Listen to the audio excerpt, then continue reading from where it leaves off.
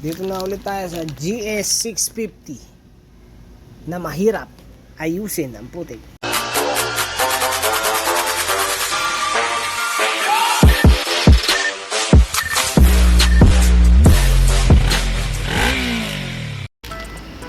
So ginawa nung dating mekaniko dito, pinalitan niya ng carb. Bale nag-carb na kasi naka FI. Pinalitan niya ng carb. Tapos nagkaroon ng problema sa somewhere sa dito nagkaroon ng problema sa starter, yung idle gear, tsaka yung bendix. Yung bendix nakakapit na pala. Hindi yata na itama yung, hindi yata na itama yung pagkakabit ng mga itlog-itlog ng bendix. Kaya siya umipit. Tapos hanggang sa nasira yung idle gear tsaka yung starter. Ang putik. Tapos ito, inayos namin, nagpa-harness si sir kasi kailangan talaga i-harness. Sama na nung harness niya. Pasensya na sa gumawa siguro hindi ko alam kung ano kasi may mga ganong senaryo na hindi kaya nung may-ari yung budget para do sa harness, or hindi kaya nung electrician yung pag-adapt. May mga ganong senaryo. Bali dito, kinailangan namin i-harness kasi nga magulo na siya. Una ito, papitik-pitik to. Ito na, iwan ng along na ganyan.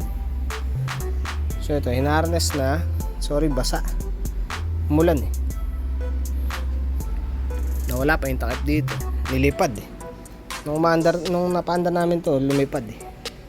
Ito, ginawa ko ng bagong bahay yung battery. Manifold. So nilakayan ko yung manifold. Kung napanood nyo yung isang video na ito, mas malaki na yung carb. Nakatago. Tapos libre siya sa battery. Una kasi nakatagilid, nakauntog dito. Nakauntog sa side. Tapos nakatagilid yung pwesto ng carb. Ayan, nakadiretso na siya ngayon. Yan, hirap makita. Ayan. Parang tanga no. So ngayon, papalitan ko siya ngayon nito. May nakuha yung may-ari, yung bagong may-ari. Nakapagpalit na ng may-ari yung motor. Yung motor di pa rin maandar. Idle gear at saka idle gear dito. Parehas yata sila kasi sabay ito papunta starter to. Tama ba? Mamaya papakita ko na, hindi ko kabisado. Pakita ko, baklasin ulit to. Yan, nakaharang na yun sa pulser. Ito yung pulser niya, no? Tapos nandito yung yung tatamaan niya ng magnetic field. Yan, may kakat na magnetic field mo. Ito, ginawa na lang nila, winelding nila dito para medyo humaba. Mas maganda kung buo yan, isang buo to. Yan na lang yung ginawa nila. Okay naman, gumagana naman. Ito yung sinasabi ko, yan. Ito, kabibili lang na ito. Teka, masakit yung kamay, may sugat eh. So ayan, yung nangyari kasi dito, kanda basag. Ay, pakita ko ngayon na basag-basag. So ito yung nabasag.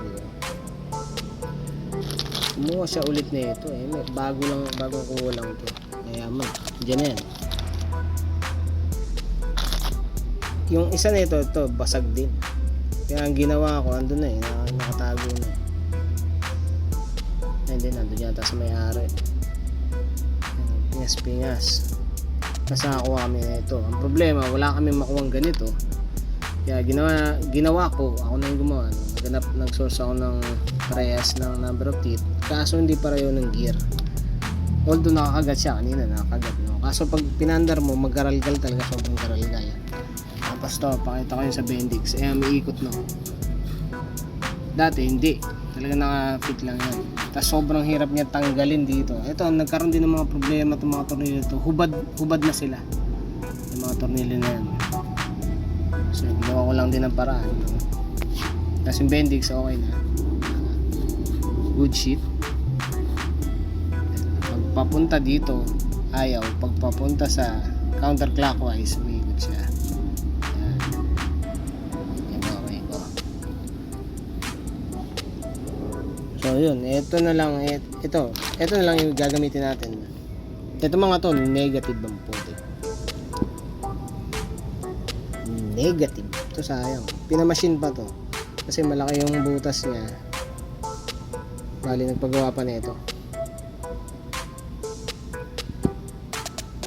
Sayang. So, ayan. Check ko lang kung merong gumaganito. Kasi yung isa, okay naman. Umiikot naman. Ang problema, nung kinabit ko na, in-start ko, tsaka garalgal talaga eh. Kaya nagpahanap ako sa may-ari na ito, yung bagong may-ari. Buti nakapag-source out neto mga to, hanep. Thank you.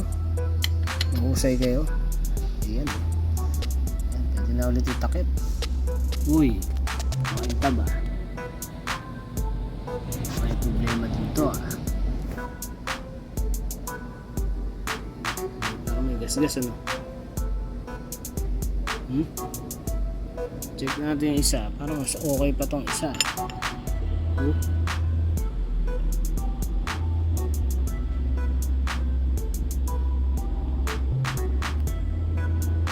Wala napansin to. May gas-gas ano? Ano yan? Sir? So ito, ang problema ko ngayon, wala kasi electrician. Hindi ko alam kung saan yung backbone niya. Nilagyan ko lang ng battery ng mga terminal ng wires. Problema, hindi ko alam kung nasa yung backbone niya. Yung backbone na tinutukoy ko yung negative galing sa battery. Kasi to, yung negative galing battery, didiretso yan ng ground. Yung ground na yun, dapat ang pinakamaganda niya, best, nandito siya sa body ng starter motor.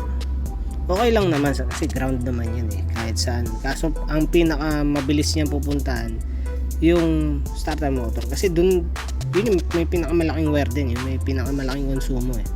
Tapos yung backbone na tinutukoy ko kasama rin ito, so galing battery, tatakbo niya diretso sa harap tsaka sa likod. Yun yung pinaka common nila, yun yung backbone. Problema, hindi ko alam kung nasan dito. Putik. Tara, pakita ko lang na maganda na yung ikot, hindi na magaralgal. Putik, bitin na naman ah. Paalan Diyo talaga.